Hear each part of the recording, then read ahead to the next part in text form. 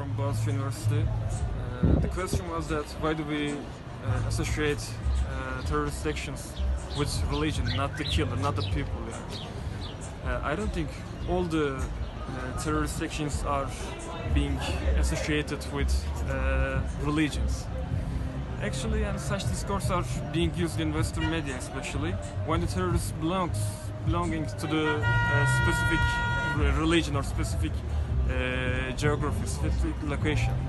After the latest attacks in New Zealand, for instance, Christian terrorism, Christian terrorist action phrases were being used against as a counter discourse.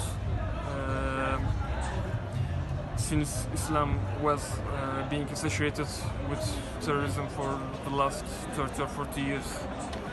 But I think that this is as misleading as the ones that's being used for the Muslims. Yeah, this most influential, one of the most influential social realities is religion. But none of the religions could be correlated with awful concept like terrorism ever. Such correlations cause illusory, decisive impacts that could prevent us from thinking in a sensible way. I think that correlating such terrorist actions with religions, not the people, could be the revolution of hegemonic power relations that have been going on for centuries. Those who commit acts of terror are usually miserable and unhappy.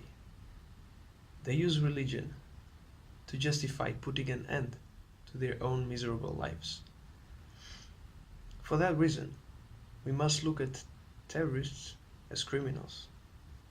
But we should also understand what is behind each and every attack that takes place in the world. We must ask ourselves, if religion is not the reason, then what is?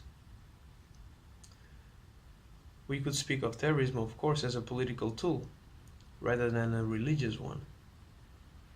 We could also argue that there are countries in the international community that facilitate and feed terrorist groups for purely geopolitical reasons. To be clear that religion does not create terrorists, it is very important that religious leaders spread a message of peace within their own communities and make sure that radicalism does not take root.